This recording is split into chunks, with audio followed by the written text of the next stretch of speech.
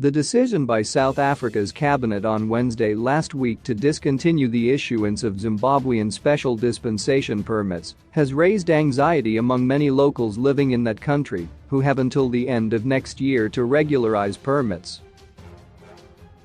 More than 200,000 Zimbabweans are holders of the Zimbabwe Exemption Permit, ZEP, which will expire end of year, with an extra year given for each holder to see if they qualified under one of the other permits. The one change being sought is to allow Zimbabweans under the special permit to apply in South Africa, rather than having to go back home to submit their applications. Under the new order, the ZEP holders have until the end of next year to secure mainstream permits or risk deportation. Cabinet spokesperson Ms. Phumla Williams said in a statement that the ZEP holders were free to apply for other permits appropriate to their particular status or situation. Cabinet considered the much-talked-about ZEP and also noted the fake news being spread on these permits, she said. Following its deliberations, Cabinet decided to no longer issue extensions to the Zimbabwean special dispensations. However, it decided on a 12 months grace period at the expiry of the current ZEP. Observers believe that the government arrived at the latest decision following pressure from opposition politicians who blamed South African authorities of failing to manage migration issues. It is believed that among other issues, the question of migrants affected the ANC's performance in the recent local government elections when it lost grip on most metropolitan areas. This is an unfortunate decision which is going to affect many Zimbabweans without any special skills, said Ms. Praise Matizarova. You will note that the special dispensation was extended to every Zimbabwean who lived in South Africa around 2009, and by then immigrants were eligible to apply.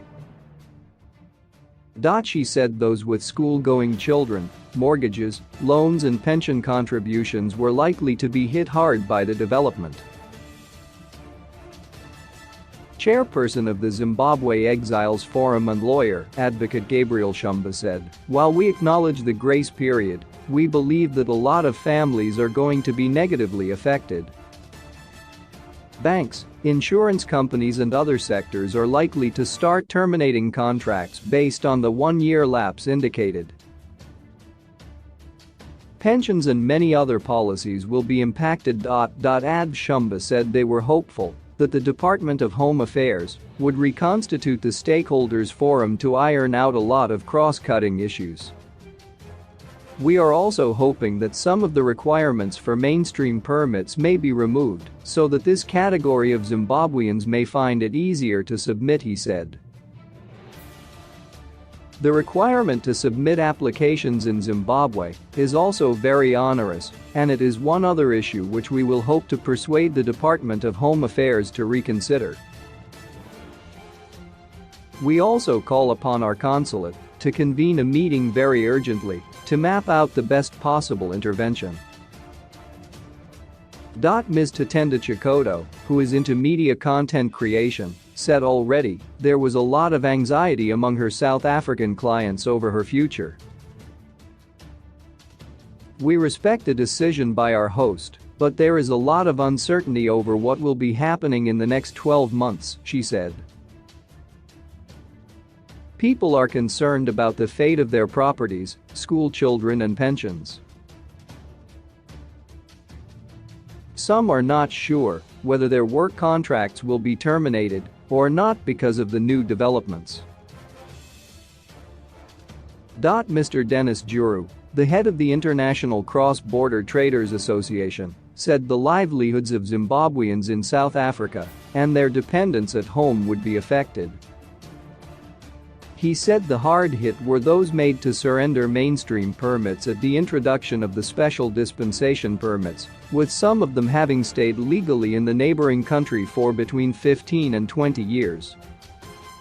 According to Ms. Sharon Ngwenya, the decision by her compatriots to take the South African government to court over the extension of the permits was futile. "The move has left us desperate," she said. "You can imagine the plight of those with outstanding loans." It seems our hosts overlooked some of these critical issues.